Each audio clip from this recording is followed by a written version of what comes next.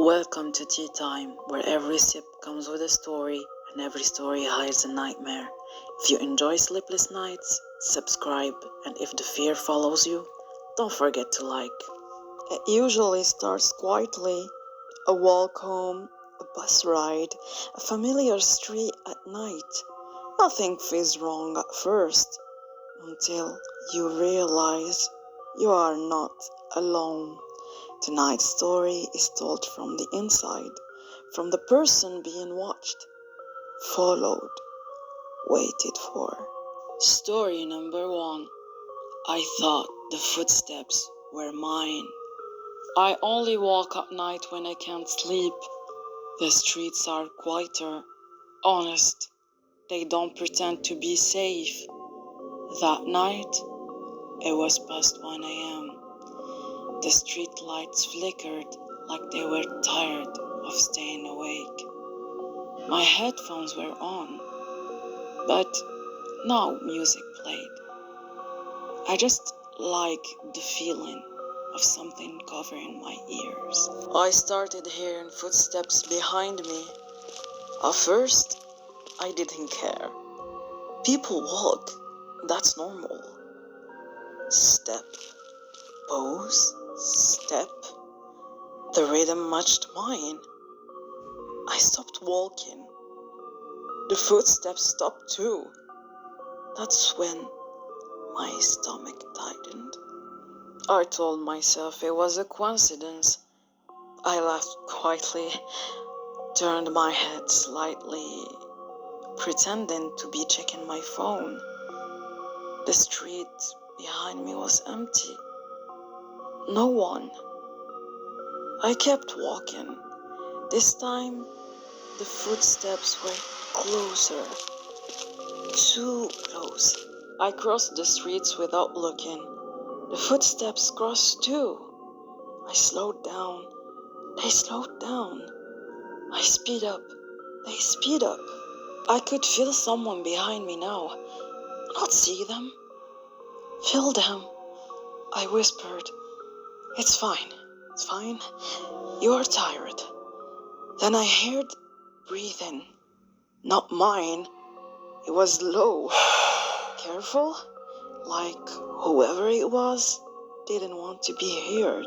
Run! My shoes hit the pavement too loudly. My heart screamed inside my chest. The footsteps ran too. I turned the corner so fast I almost fell. I hid behind a parked car, holding my breath so hard my chest hurt. The footsteps passed, slow, unhurried. Then they stopped, right next to the car. Story number 2. He knows my window. I live on the 3rd floor. That's what made me feel safe. No one looks up at windows. That's what I thought. Every night at exactly 2 a.m., my phone vibrated. No message, no notification, just vibration. At first, I blamed my phone. Then, one night, while laying in bed, I heard it. A soft knock. Not on the door, on the window. I froze. No one should be able to reach my window. I didn't move.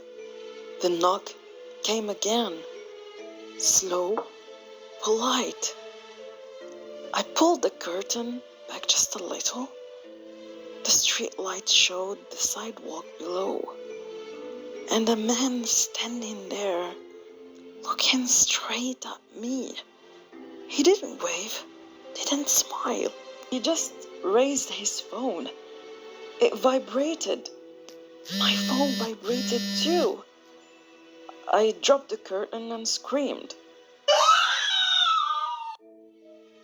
Next morning, the police said there was no one, no footprints, no cameras facing my building. That night, I kept the lights off. At 2 a.m., my phone vibrated. Then a message appeared. You forgot to look tonight. The knock came again. Closer. Higher. Now I sleep facing the wall. Because I know. He knows exactly which window is mine.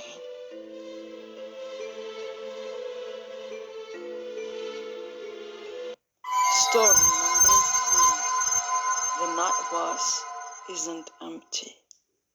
I take the last bus home every night. Same hour, same stop, same seat at the back on the left. I like the back because I can see everything. Who gets on, who gets off, who looks at me too long. That night, the bus was almost empty. Just me and the driver. The engine hummed softly, like he was trying not to wake anyone. Street lights passed by the window like tired eyes. At the third stop, the doors opened. Someone got on. A man.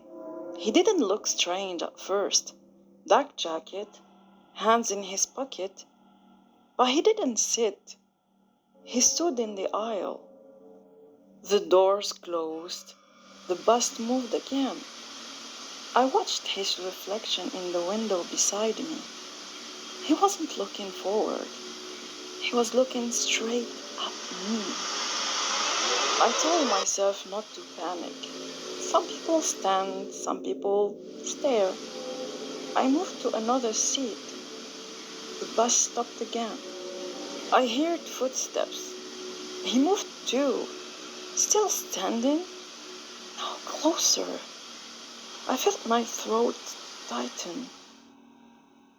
I took out my phone and pretended to scroll.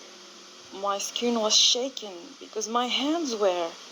The bus lights flickered once, then again. At the next stop, no one got on. No one got off.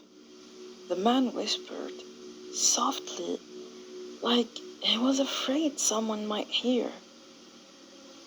You always sit in the back. My stomach dropped. I looked towards the driver. Excuse me. The driver's seat was empty. No driver. The bus kept moving. The doors were locked. The windows showed nothing but darkness.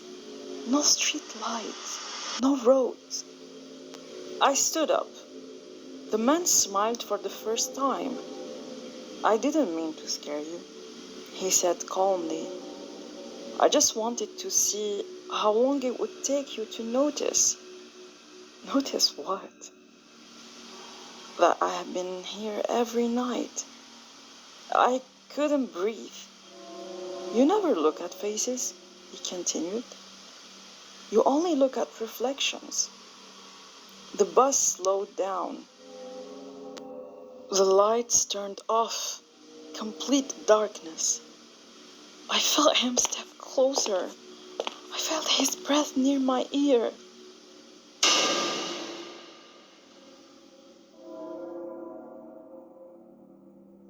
I woke up on the sidewalk at sunrise. No bus, no driver, no road. Just my phone in my hand. One new message. Unknown number. Same time tonight. I don't take the bus anymore, but every night at the exact same hour, I hear an engine outside, waiting.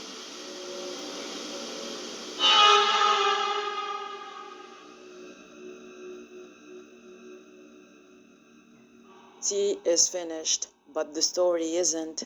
If you heard something behind you, don't turn around. This was tea time. Sleep well if you can.